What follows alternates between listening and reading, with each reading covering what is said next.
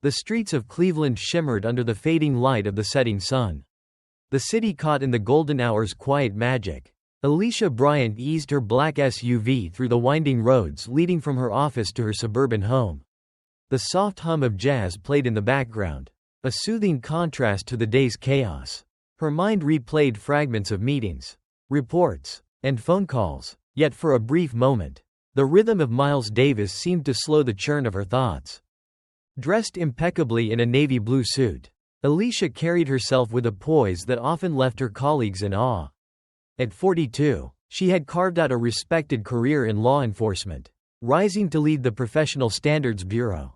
Her job was not without its challenges. Rooting out corruption and misconduct meant making enemies, even among those who were supposed to serve and protect. But Alicia thrived on the challenge, her determination grounded in a deeply personal mission to change the system from within. As Alicia approached a four-way intersection, the traffic light blinked yellow. She slowed, preparing to stop as it turned red. The sudden flash of blue and red lights in her rearview mirror startled her. A siren wailed, sharp and insistent, her brow furrowed. What could she have done wrong? Alicia signaled and pulled over to the side of the road. She placed her hands on the steering wheel, steadying her breath. She had been stopped before, not for speeding or any infraction but for driving while black. Even now, years into her role, the sting of such encounters lingered in her memory. The cruiser parked behind her, and a tall figure stepped out, his movements deliberate. Alicia caught sight of his name tag as he approached, Officer T. Grant. His stride exuded a confidence bordering on arrogance, and the way his hand rested on his belt conveyed authority, perhaps excessive. He rapped on the driver's side window, his expression unreadable but his posture imposing.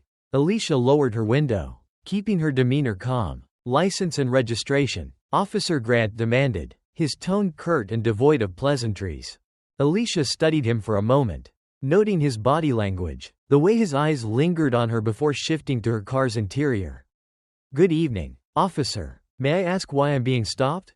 "You ran that yellow light back there," Grant replied, avoiding her gaze. "License and registration." Now, Alicia suppressed the urge to argue. Instead, she nodded, reaching into the glove compartment for her documents. Her movements were measured, conscious of the tension in the air. Grant's hand hovered near his holster, a reflex, perhaps, but one that spoke volumes. "Here you go." She handed him the items, her gaze steady. Grant took them without a word, glancing briefly at her license. His eyes flicked back to her, narrowing slightly. "You're not from this neighborhood, are you?" Alicia's jaw tightened, but her voice remained composed. "I live a few miles from here. My address is on my license." Grant didn't bother to check. "You in a hurry to get somewhere?" "No, officer. I was driving home." Grant leaned slightly closer, his shadow falling across her face. "You know, people like you always seem to think the rules don't apply to them." There it was, the familiar sting of prejudice, veiled thinly behind authority. Alicia met his gaze, her expression unflinching. "And what do you mean by, people like me?" Grant straightened, crossing his arms. "Just an observation," he said, his tone dismissive. "Step out of the car." "Step out?" Alicia's voice was calm but firm. "Officer, I've complied with your requests. I haven't broken any laws. What's the reason for this?" Grant smirked, though it lacked any warmth. "You seem awfully defensive for someone who claims they haven't done anything wrong. Now, step out of the car." Alicia's pulse quickened. She knew the risks of escalation, but she also knew her rights. Slowly, she unbuckled her seatbelt and stepped out, her heels clicking softly against the pavement. Grant gestured toward the hood of her car. Hands on the hood. She complied, her movements deliberate, her posture unyielding. Grant began a cursory search, his actions slow and exaggerated, as if to assert his dominance. "You're taking this a bit far for a traffic stop, don't you think?" Alicia said, her tone clipped but steady. Grant didn't respond immediately. When he finally did, his voice was laced with condescension. "Just doing my job." When he finished, Alicia straightened and turned to face him, her expression calm but piercing. "If you're done, Officer Grant, I'd like my license and registration back. And perhaps, you'd like to see this." From her jacket pocket, she retrieved a sleek leather badge holder, flipping it open to reveal her credentials. "Chief Alicia Bryant, Professional Standards Bureau, she said, her voice sharp and commanding.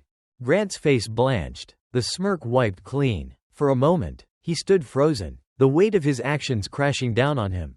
Alicia stepped closer, her gaze unyielding. You've just stopped the one person in this department who oversees police conduct.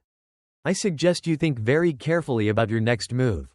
The silence stretched uncomfortably between them, broken only by the faint hum of traffic in the distance.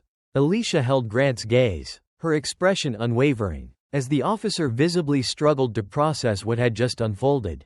His arrogance faltered, replaced by an awkward defensiveness. Chief Bryant, he began, his voice lower, though still tinged with an attempt at authority. I wasn't aware. That much is clear. Alicia interrupted, her voice crisp but controlled. Now, would you care to explain why this traffic stop escalated the way it did? Grant hesitated, his gaze flickering to the badge in her hand and back to her face. I was following protocol. Protocol, Alicia repeated, her tone incredulous. Tell me, Officer Grant, which part of protocol involves baseless accusations and an unnecessary search? Grant's mouth opened as if to respond, but no words came. Alicia could see the gears turning in his mind, scrambling for a justification that wouldn't make the situation worse. She didn't give him the chance. Your behavior tonight is a textbook example of the problem we face in this department. She continued, her tone firm but measured. An abuse of authority rooted in personal bias. And let me be clear. Officer Grant, this isn't going away quietly.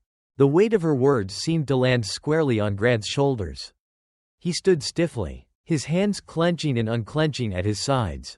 Chief Bryant, save it. Alicia cut him off. She reached for her license and registration, still clutched in his hand. I'll be filing a formal report. Expect to hear from my office. Grant handed over her documents without a word, his face a mix of shame and frustration. Alicia turned on her heel and returned to her vehicle, her movements precise and deliberate. She could feel Grant's eyes on her as she slid into the driver's seat and shut the door with a decisive thud. As she pulled back onto the road, Alicia's hands gripped the steering wheel tighter than usual. Her calm facade gave way to a wave of anger and frustration. Not just at Grant's behavior but at the systemic issues it represented. This wasn't the first time she had encountered prejudice, even within her own department. But tonight's incident felt like a call to action. By the time she arrived home, the twilight sky had deepened into a velvety black, dotted with stars. Alicia parked her car in the driveway of her modest yet elegant home, the soft glow of the porch light welcoming her. She gathered her belongings, including the badge holder she had so pointedly displayed to Grant, and stepped inside. The quiet of her home offered little solace as her mind replayed the events of the evening. She set her laptop bag down on the dining table and poured herself a glass of water. Leaning against the counter as she considered her next move. This wasn't just about Officer Grant. It was about every officer like him. Those who used their authority to intimidate and discriminate. Alicia knew she had the power to hold him accountable. But to truly make a difference, she would need to address the root of the problem. That meant taking on the entire system. The next morning, Alicia arrived at the Cleveland Police Department headquarters earlier than usual. The sun was just beginning to rise, casting a pale golden light across the city. As she entered the building, she was greeted by a few colleagues who nodded respectfully, though she noticed the subtle glances and whispered conversations trailing in her wake. By the time she reached her office, Alicia was already drafting the formal complaint against Officer Grant. Her fingers flew across the keyboard as she detailed every moment of the previous night's encounter. Her tone professional but unflinching. She knew this report would be the first step in a much larger process. Just as she finished, her phone buzzed. The name on the screen made her pause. Chief Victor Ramos. Taking a steadying breath, Alicia answered. Chief Ramos, she said, her voice calm and measured. Alicia, Ramos replied, his tone warm but cautious. I just received a preliminary report about an incident involving you and Officer Grant. Care to explain? Alicia recounted the events succinctly, leaving no detail unspoken. She could hear Ramos sigh on the other end of the line. This is concerning, he said after a pause. But you know how these things can be. We'll need to handle it carefully. With all due respect, Chief, we've been handling these issues carefully for far too long. Alicia replied. her voice tinged with steel. "It's time for accountability." Ramos hesitated before responding. "I understand your frustration, Alicia. Believe me, I do. But if we go too hard on this, it could backfire. We need the department to stand united. Unity means nothing without integrity." Alicia countered. "If we want the community to trust us, we have to start by addressing what's wrong within our own ranks." Another long pause. Finally, Ramos spoke, his tone resigned. "File your report. I'll review it personally. But tread lightly. Alicia, this department isn't as ready for change as you are. I'm not looking for permission, Chief," Alicia said firmly. "I'm doing my job." When the call ended, Alicia leaned back in her chair, her resolve stronger than ever. She wasn't naive, she knew the road ahead would be fraught with resistance. But she also knew that change would only come if she demanded it. The atmosphere in Alicia's office was thick with purpose as she pored over files and records. The formal complaint against Officer Grant had been submitted, but Alicia knew that addressing his behavior alone wouldn't create the change she envisioned. The problem was larger than any one officer. It was rooted in a system that allowed such conduct to go unchecked. She logged into the department's internal record system, her fingers moving deftly across the keyboard. Within moments, Officer Thomas Grant's profile appeared on her screen. Alicia's sharp eyes scanned the page, zeroing in on a section marked complaints and disciplinary actions. The list was longer than she anticipated. 2018. Complaint filed for excessive force during a routine traffic stop. Dismissed due to insufficient evidence. 2019. Allegation of discriminatory language made by a civilian. Marked as unsubstantiated. 2021. Internal review for inappropriate conduct toward a fellow officer. No formal action taken. The pattern was clear. Grant had a history of complaints, each one swept under the rug. Alicia leaned back in her chair, a wave of frustration washing over her. How many other officers in the department had similar records? And how many victims had been silenced by a system designed to protect its own? Her thoughts were interrupted by a knock at the door. Detective Maria Delgado stepped in, her expression curious but warm. Maria had been one of Alicia's few allies within the department, a sharp investigator with a strong moral compass. "Chief Bryant," Maria greeted, closing the door behind her. "I heard about the incident with Grant. Word travels fast around here." Alicia gestured for Maria to sit, motioning to the files on her desk. "It's more than just one incident, Maria. Grant's record shows a pattern of misconduct. And I'm willing to bet he's not the only one." Maria raised an eyebrow, leaning forward to glance at the screen. "What are you thinking?" "I'm thinking it's time for a department-wide review," Alicia replied. "We need to uncover every case like this. Address every instance of misconduct that's been ignored or buried." Maria let out a low whistle.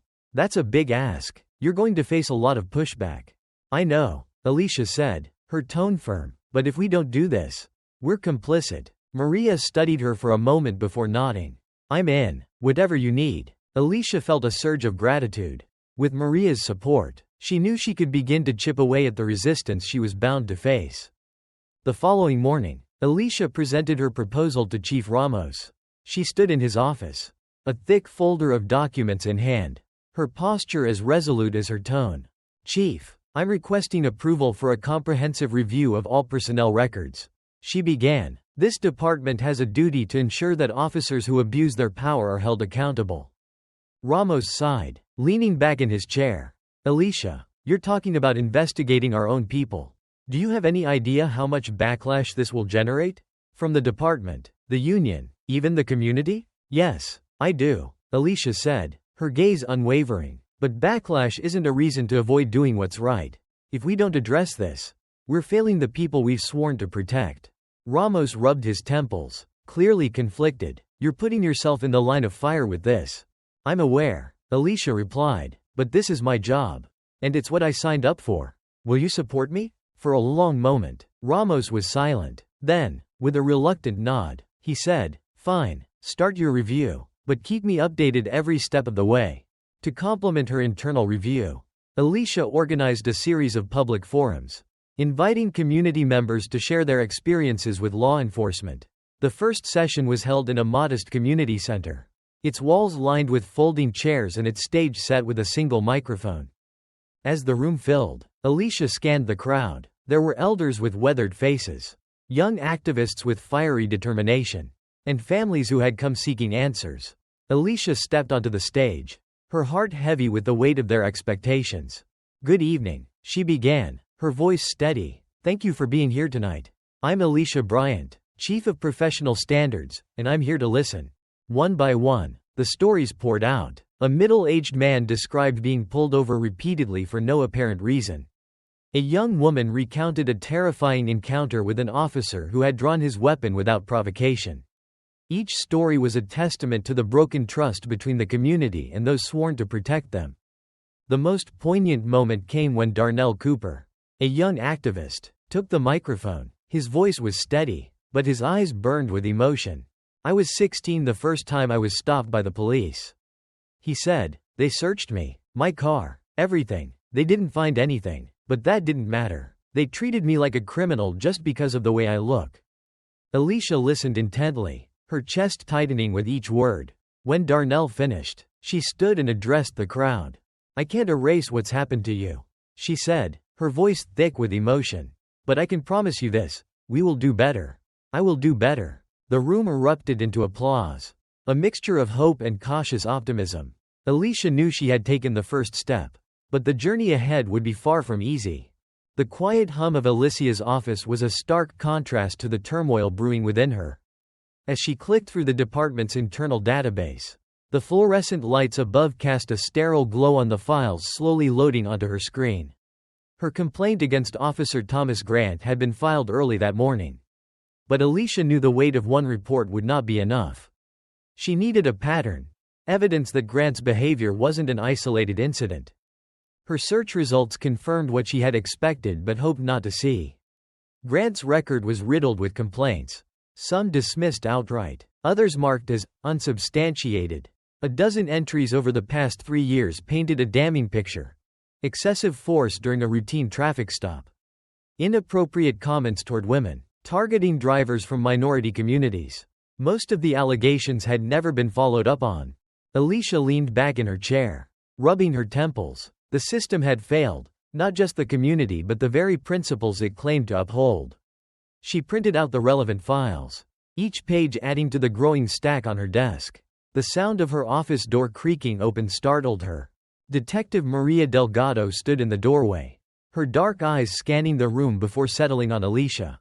Maria was one of the few officers Alicia trusted implicitly, a sharp investigator who had never hesitated to call out misconduct, even when it put her at odds with her peers. "I heard about what happened last night," Maria said, stepping inside and closing the door behind her. "Grant's name is circulating in the break room." Alicia sighed. "Let me guess, the rumors aren't flattering to me." Maria smirked, pulling a chair up to Alicia's desk. "You know how it is. Some people think you're overstepping. Others are saying you're the only one with the guts to do something about him." "And you?" Alicia asked, raising an eyebrow. "I think it's about damn time someone did," Maria replied, her tone serious. "Grant's been a problem for years, but no one's had the backbone to take him on." Alicia nodded, gesturing to the stack of files. "This isn't just about him. It's about the system that let him get away with it. I'm putting together a case, but I'll need help." "You've got it," Maria said without hesitation. "What's the plan?" Alicia leaned forward, her voice low but resolute. "We're going to review every complaint against him and cross-reference them with other officers who might show similar patterns. If there's a culture of enabling this behavior, we'll expose it." Maria's eyes gleamed with determination. "Let's do it." Over the next week, Alicia and Maria worked tirelessly, often staying late into the evening to comb through the department's records. Their investigation revealed troubling trends. A handful of officers, including Grant, were responsible for a disproportionate number of complaints. The cases ranged from minor infractions to serious misconduct. Yet the outcomes were eerily consistent: dismissed, unsubstantiated, or resolved internally. Maria tapped her pen against the edge of a document, her brow furrowed. "Look at this," she said, sliding a file toward Alicia. "Officer Darren Tate. He's got a similar record to Grant, same precinct, same type of complaints. It's like they're working off the same playbook." Alicia scanned the file, her stomach churning. "This isn't just a few bad apples," she said grimly. "This is systemic. Their findings painted a grim picture. But it also gave them the ammunition they needed to push for broader reforms. Alicia compiled the data into a comprehensive report, complete with detailed charts and summaries of the most egregious cases. She knew it wasn't enough to expose the problem, she needed a plan to fix it. 2 weeks after her confrontation with Grant, Alicia sat across from Chief Victor Ramos in his spacious corner office. The air between them was tense, the weight of Alicia's report resting heavily on the desk between them. Ramos flipped through the pages, his expression unreadable. When he finally looked up, his voice was measured but firm. "This is thorough, Alicia. Damning, even, but you understand what you're asking for, right?" "I understand that the department needs to change," Alicia replied, "and I understand that change won't come without resistance. But if we don't act now, we're complicit." Ramos leaned back in his chair, his fingers steepled. "You're talking about a full-scale review, disciplinary actions, retraining programs, public transparency. That's not just going to ruffle feathers, it's going to light a fire." "Good," Alicia said, meeting his gaze. "It's about time." Ramos studied her for a long moment before sighing. "You've got my support, for now. But tread carefully, Alicia. You're not just taking on the officers, you're taking on the culture." Alicia knew that real change wouldn't come without the community's involvement. She organized a series of forums where residents could share their experiences with law enforcement.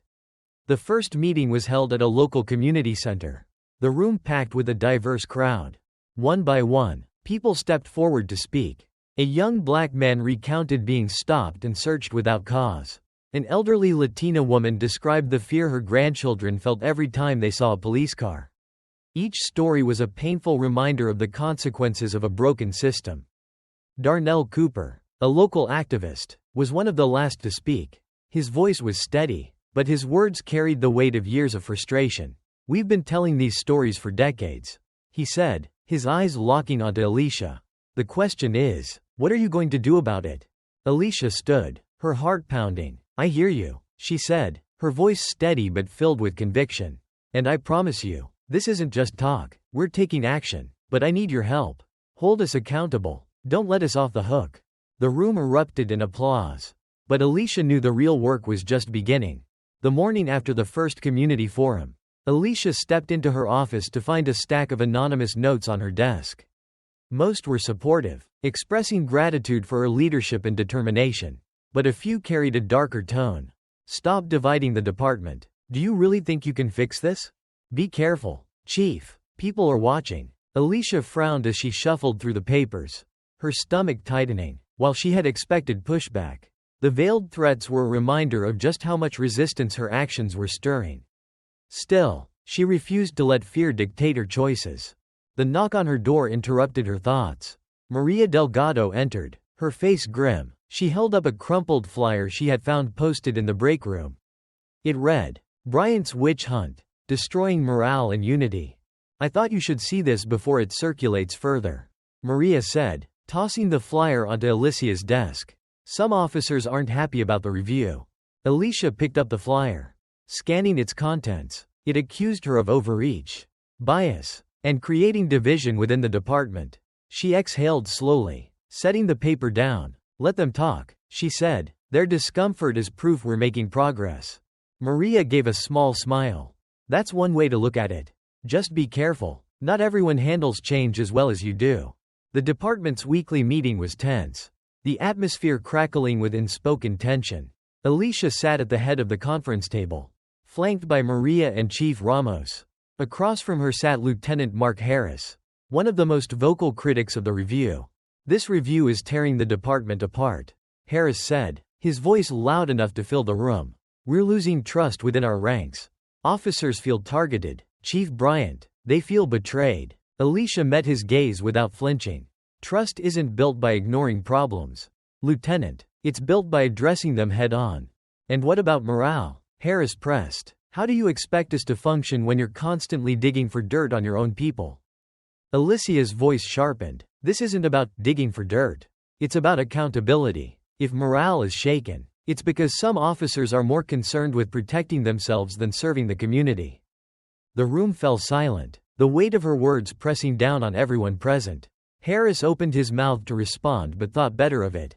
Alicia let the silence linger before continuing. "This review isn't optional," she said, her tone firm. "If anyone here has a problem with that, you're welcome to file your resignation." The resistance within the department was palpable. But Alicia wasn't without allies. Over the following weeks, a small but growing group of officers began voicing their support for the reforms. Among them was Officer Jamie Carter, a young recruit who had witnessed misconduct during his first year on the force. "It's about time someone did something," Carter told Alicia during a private meeting. "I've seen things that made me question why I joined the department in the first place. But if this review can change that, I'm all in." Alicia smiled, feeling a flicker of hope. "You're the kind of officer we need more of. Jamie, thank you for standing up." Maria also played a crucial role, acting as a bridge between Alicia and the more hesitant officers. She organized small group discussions, creating a space for honest dialogue about the challenges and opportunities the review presented. "These conversations are tough, but they're working," Maria reported during a late-night meeting in Alicia's office.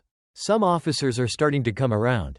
"Good," Alicia said, her voice tired but resolute. "We need every ally we can get." The resistance reached its peak during the departmental town hall organized by Chief Ramos. The room was packed, the air thick with tension. Officers, administrators, and civilian staff filled the seats, their expressions ranging from curiosity to outright hostility. Alicia stood at the podium, her hands resting lightly on the edges as she addressed the room. "I understand that many of you feel uneasy about this review," she began. "Change is never easy, especially when it forces us to confront uncomfortable truths. But let me be clear, this isn't about tearing the department apart. It's about making it stronger." A murmur rippled through the crowd.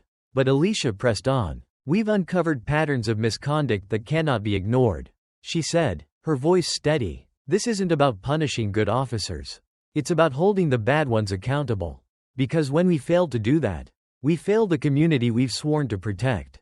Lieutenant Harris stood abruptly, his face flushed. "And what about the good officers? The ones who feel like they're under a microscope because of this so-called review?" Alicia met his gaze, unyielding. "Good officers have nothing to fear from accountability. If you're doing your job with integrity, this review will only strengthen your standing. But if you're not," she let the implication hang in the air. The room fell silent. For the first time, Alicia felt the tide beginning to turn. Some officers nodded subtly, their expressions softening. Meanwhile, the community forums continued to grow in size and impact. Darnell Cooper emerged as a key partner, helping Alicia bridge the gap between law enforcement and the people they served. During one forum, a young mother stood up, her voice trembling as she described her teenage son being stopped and frisked for no reason. "I just want him to feel safe," she said, tears streaming down her face. Alicia approached her, placing a comforting hand on her shoulder. "I hear you," she said softly, "and I promise you, we're working to change that." The forums weren't just about listening, they were about building trust. Slowly but surely, Alicia began to see a shift. People who had once viewed the police with suspicion began to see the potential for change. Alicia's comprehensive report, accompanied by first-hand accounts and statistical evidence, culminated in a scheduled internal hearing. The hearing was meant to determine whether disciplinary action would be taken against Officer Thomas Grant and to address broader systemic issues within the department. The conference room was packed with senior officers, department lawyers, and members of the Professional Standards Bureau. Alicia sat at one end of the long table, her posture straight and her face calm. Across from her sat Thomas Grant, flanked by his union representative. His expression was unreadable, but Alicia could sense the tension in his rigid stance. The hearing began with opening statements. Alicia's voice was steady and firm as she outlined her case. "This isn't just about one incident," she began, her gaze sweeping the room. "It's about a pattern of behavior that undermines public trust and tarnishes the reputation of our department. Officer Grant's actions represent a failure of accountability, one that we cannot afford to ignore." The panel, composed of senior officers and legal advisors, listened intently. The evidence Alicia presented was damning, a detailed timeline of complaints against Grant, video footage from body cameras showing questionable conduct, and testimonies from civilians and fellow officers. Grant's defense was predictable. His representative argued that the complaints were exaggerated, the footage taken out of context, and that Alicia's review was biased against him. Officer Grant has served this department for over a decade, his representative said, his voice tinged with indignation. He's made mistakes, as we all have, but those mistakes don't define him. When it was Grant's turn to speak, his voice was hoarse but defiant. I've done my job to the best of my ability, he said. This review is targeting me unfairly. It's not justice, it's a witch hunt. Alicia remained composed, her face unreadable as she listened. When it was her turn to respond, her words were deliberate and cutting. This isn't about targeting anyone, she said, her gaze locked on Grant. It's about ensuring that every officer in this department is held to the same standard. Your actions have consequences, not just for you, but for the people you swore to protect. The hearing stretched late into the evening, the tension in the room palpable. When it finally concluded, Alicia left the room feeling drained but resolute. She had done everything she could to present the truth. Now, the decision rested in the hands of the panel. The days following the hearing were fraught with tension. The department seemed split down the middle, those who supported Alicia's reforms and those who saw her actions as a betrayal of the brotherhood. Anonymous notes and emails continued to appear, some supportive, others thinly veiled threats. Alicia refused to let them rattle her, though the strain was beginning to show. Maria noticed the fatigue in her friend's eyes during one of their late-night meetings. "You got to take care of yourself, Alicia," Maria said, her voice gentle. "You're not going to be any good to anyone if you burn out." Alicia sighed, rubbing her temples. "I know. It's just, every time I think we're making progress, something pulls us back." Maria leaned forward, her tone firm. "You are making progress. Don't let the pushback fool you. The fact that they're fighting so hard means they're scared." Alicia nodded, a faint smile tugging at her lips. "Thanks, Maria. I don't know what I'd do without you."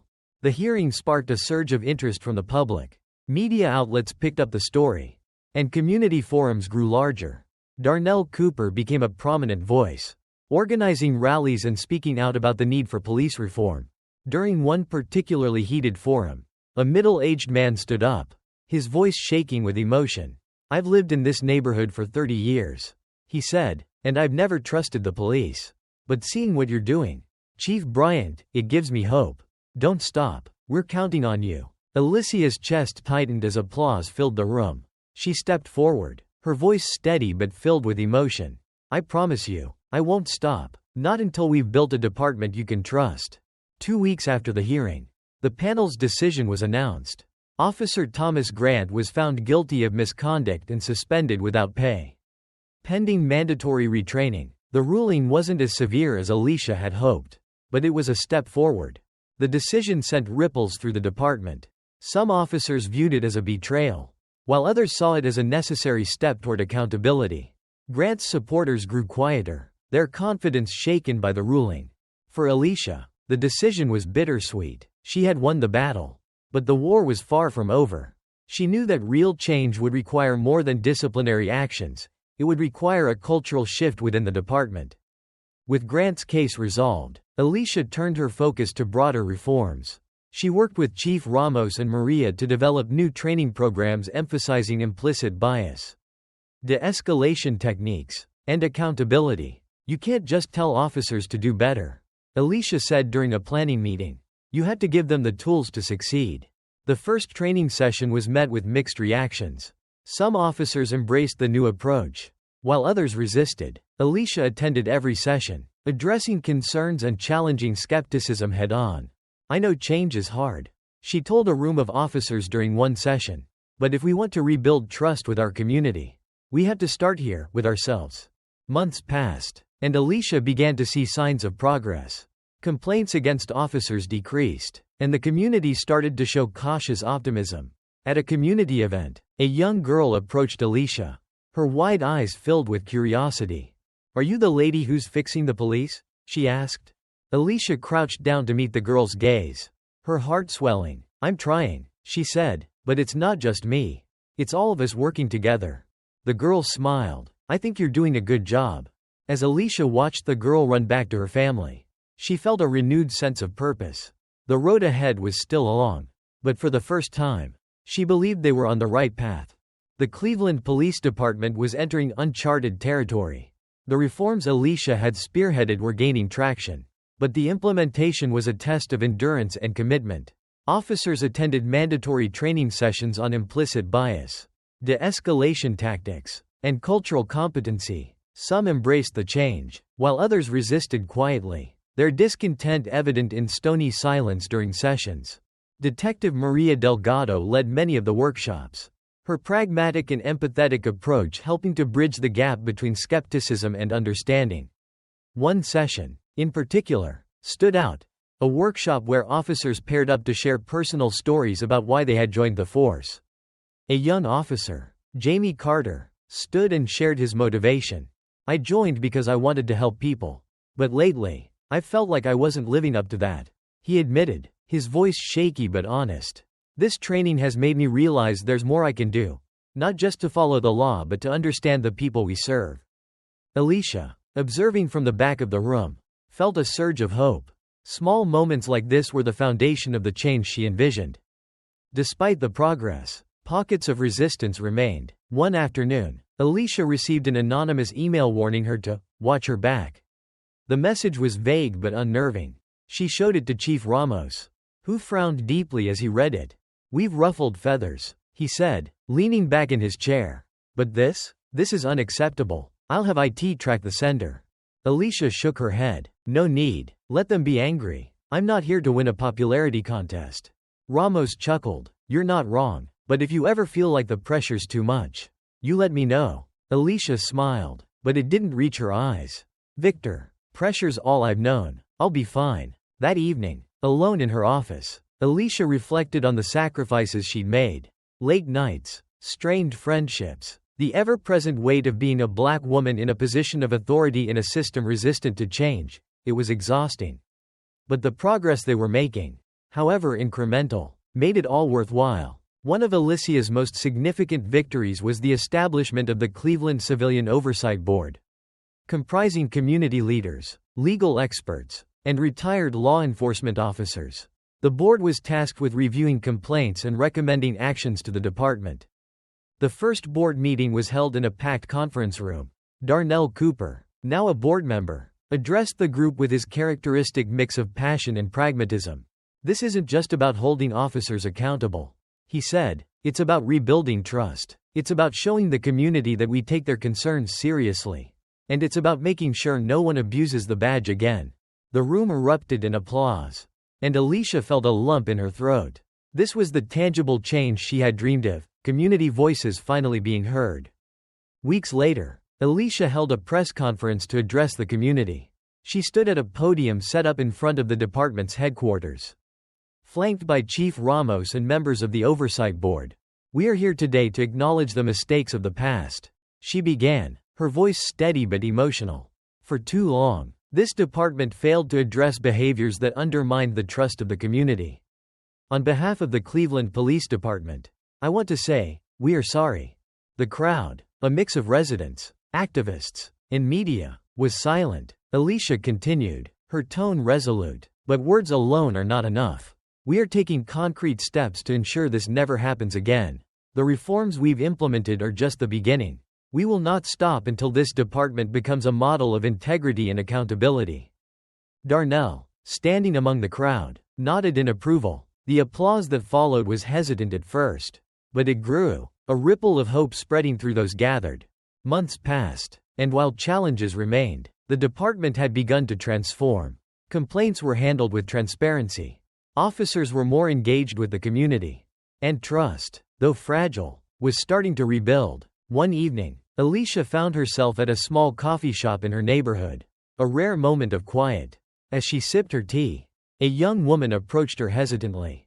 "Excuse me," the woman said, her voice soft. "You're Chief Bryant, right?" Alicia nodded, surprised. "Yes, can I help you?" "I just wanted to say thank you," the woman said, her eyes bright with emotion. "My little brother had a run-in with the police last year. It wasn't fair, and it wasn't right. But since you started making changes, he's been treated with respect. It means a lot." Alicia smiled, her heart swelling with gratitude. "Thank you for telling me. It means a lot to hear that." The woman nodded and left. leaving Alicia alone with her thoughts. It was a small gesture, but it reminded her of why she had fought so hard. Change was happening, and it was worth every battle. On the one-year anniversary of the reforms, Alicia hosted a celebration at the department. Officers, community members, and activists gathered to reflect on the progress they had made and the work still ahead. As Alicia addressed the crowd, her voice carried a sense of pride and determination. This journey hasn't been easy, and it's far from over. But together, we've shown that change is possible when we stand up for what's right. Let's continue this work, not just for ourselves, but for the generations to come. The crowd erupted in applause, and Alicia felt a deep sense of fulfillment. She looked out at the faces before her, officers who had embraced the reforms, community members who had found their voices, and allies who had stood by her side. Together, they had built something new, something better. As the event wound down, Maria approached Alicia, a glass of sparkling cider in hand. "You did it," she said, raising her glass. "We did it." Alicia clinked her glass against Maria's, a smile breaking across her face.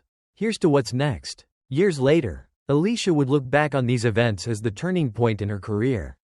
The reforms she had championed became a model for other departments across the country, and the Cleveland Police Department earned a reputation for transparency and accountability. But for Alicia, the greatest reward was seeing the impact on the community, the trust that had been rebuilt, the lives that had been changed, and the hope that had been restored. She had set out to confront injustice, and though the battle was ongoing, she knew she had made a difference, and that was enough.